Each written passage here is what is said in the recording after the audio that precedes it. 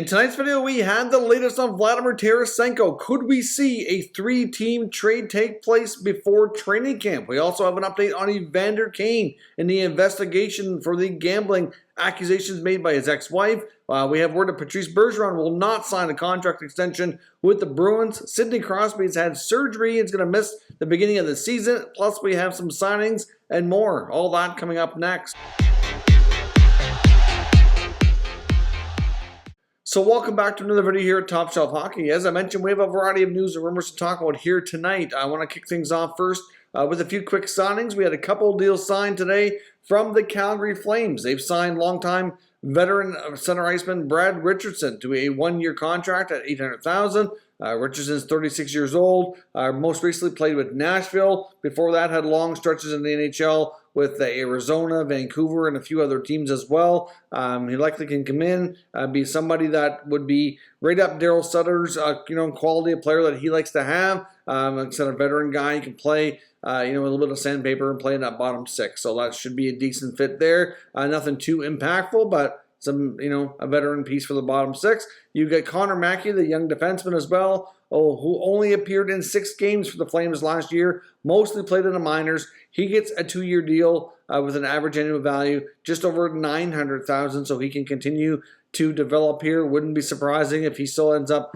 having to put in some time, though, between the AHL as well. We also have word that longtime NHL center iceman Artem Anisimov, most recently played with the Ottawa Senators the past couple of seasons, is an unrestricted free agent, has been invited to training camp with the Avalanche on a professional tryout agreement.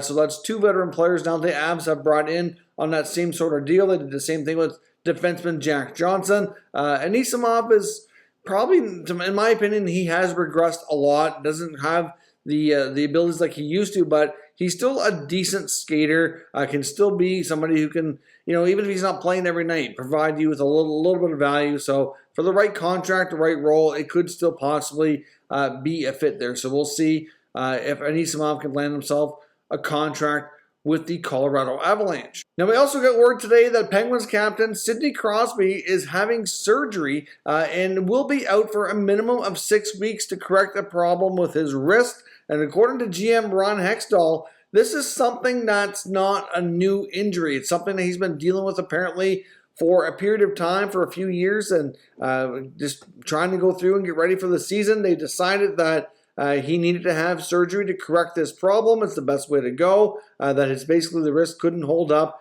to get him through another year. Now, of course, we don't know exactly what the wrist issue is, but essentially it does seem a little bit odd that it's happening this late into the offseason, only a matter of weeks before training camp gets underway. Most NHL teams are going to be starting to play regular NHL games in the next 4.5 weeks or so. So that will put him out for training camp, and it's also going to mean he's going to probably miss at least a week, maybe a little bit more, of the opening of the regular season here for 21-22. There's also a question mark around Evgeny Malkin. Of course, he had off-season surgery too. Will he be ready to go? This could be a huge problem for the Penguins if they have to start the year without their top 2 centers. I mean, those 2 guys are so important to this team that it's going to be a situation that, it may not be a long time here. It's not going to totally ruin their season, but they say you can't win the Stanley Cup in October, but sometimes you can lose it or lose the ability to fight for it. If they get off to a really slow start in the first few weeks, that could make a difference to whether or not they make the playoffs. Every point counts. The parity in the league is high, so the divisions are tight. So it's hard to say, but I guess in a way it's better that he has his surgery now rather than trying to play through it and maybe become November, December, end up making things worse, having surgery then and missing an even more critical time of the year. So we will see where things go, but Crosby is going to be out for a little while here to start the year. Now, before we jump any further into today's video, I do need to pause for a moment and acknowledge our channel sponsor, Manscaped. Top Shelf Hockey is proud to be sponsored by Manscaped. Of course, with Manscaped, we have a special offer here for all Top Shelf Hockey viewers where you can get 20% off and free shipping on all orders at manscaped.com. Now, of course, Manscaped just launched a brand new Lawnmower 4.0 trimmer, which is a fantastic product. They've taken a level up here even again with the skin-safe replaceable blades. It's waterproof, it's wireless charging, has a travel lock on it, as well as a nice light so you don't miss what you're doing. So certainly a terrific product. Now, many people associate Manscaped with their trimmers, which is certainly kind of their top product, but they do have a lot of other great options as well, including what they call the Weed Whacker, which is another trimmer for your ears and nose. And they have a variety of deodorants and sprays as well, which also keep you fresh and are terrific as well. So certainly Manscaped has a lot to offer, and we certainly highly recommend all of their products. So check out manscaped.com and use promo code TSH for 20% off and free shipping. So thanks very much for watching our promotional content. I do greatly appreciate it. Getting into the remainder here of today's video, we also have word from the Boston Bruins and the status of Patrice Bergeron. Now, Bergeron is entering the final year of his contract, and the Bruins captain was expected by many to likely sign a contract extension this offseason. We've had different reports over the last month or two saying that we're probably looking at, anywhere from 1 to maybe 2 or 3 years of an extension for Bergeron and the Bruins to have negotiated this offseason. But of course, at this point, nothing has come to be. Well, he recently completed an interview and acknowledged the fact that he has no intention of wanting to sign an extension right now. This is something that he insists will have to wait until after the season. So I think that is not really, we don't really have any reason to suggest that Bergeron's on his way out of Boston. We have no reason to suggest that if he won't sign an extension that they're going to trade him or anything like that.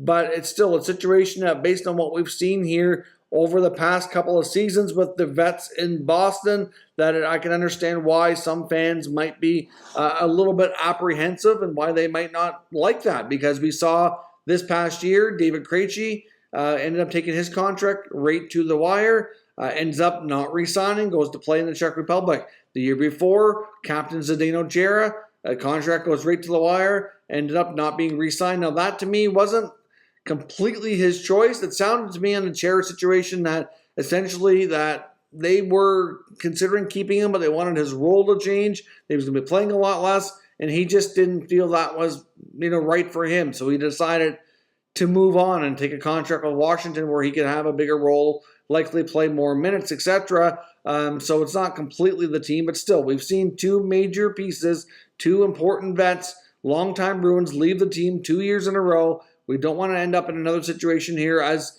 I'm sure the Bruin fan base doesn't want to see, where Bergeron is next. I mean, he's just such an important piece. He's always in the Selke conversation, plays top-line minutes with Brad Marchand, David Pastrnak, one of the top lines in hockey, even though he's, not, I wouldn't say he's old, but he's certainly not young anymore, but he's still very productive, and he's still a very, very important piece there. So this is something, a situation we're going to have to watch. Now, if Boston ended up having a bad season, which I don't necessarily expect, but let's say things don't go well. They have a lot of uncertainty right now. We don't know really who's going to play that number 2 center. You've got Charlie Coyle coming back from injury.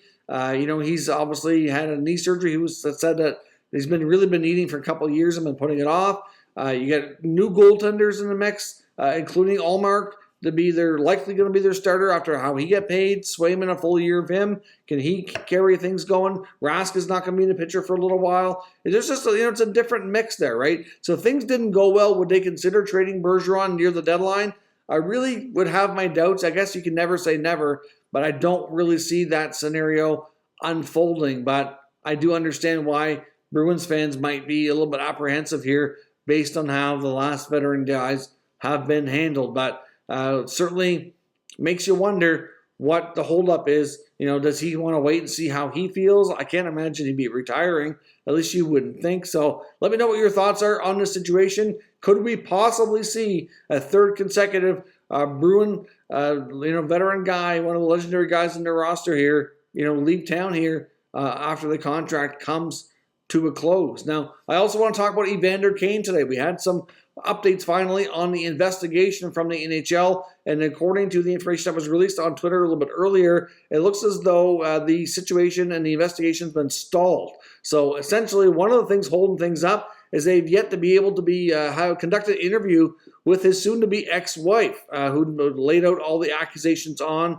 social media about him gambling on Sharks games. Apparently, one of the things that they have kind of been able to investigate so far is they have not been able to find any irregularities or anything unusual, I guess you could say, with bets that were placed on Sharks games this past year. As I mentioned before, I'm not entirely convinced that that is true. Now, Evander Kane is a lot of things, and I'm sure that there's a lot of things that people could call him that would be true. I'm not sure we can say he gambled on his own games. It just seems weird because last year he was probably like their best player, most productive guy. If he was doing terrible and looked like he was missing it out on purpose, like there'd have to be a little bit more to it, I think, to make things more obvious to me. I don't really know that's the case. But either way, things are, they're not finding anything yet. But because of the lack of interview and other things that they have not been able to really dig into yet, the deputy commissioner of the NHL, Bill Daley, says that at this point they were hoping to have things wrapped up and come to a conclusion before the beginning of the NHL season. And at this point, they can no longer guarantee that that's going to be the case. At this point, he said there's no definitive timetable to get everything completed and resolved and come to a conclusion of the investigation. So, of course, we'll see how things go here, but there is a third-party company that's been tapped here to complete this investigation, and they're trying to do their best to complete everything. But to me, if things are not resolved by the beginning of the season, should that not also possibly run into a situation where maybe he is suspended pending the remainder of it? I'm not sure how that's going to work out because we know that Sharks teammates have made it clear that many of them, at least, I'm not sure exactly who or how many, but we have reports saying that a lot of his teammates don't want him back. And if he's back, they don't want to be there. And it's just going to create a major issue within the team, I would suspect. It's a team that's looking to bounce back and do better this year, and I just don't know that it's going to happen, to be completely honest, regardless of what happens with this Kane situation. But at the end of the day, it's just a major distraction. We've mentioned Kane in trade rumors that the Sharks would love to be able to move him, but he has a contract with a lot of term, a lot of money left on it.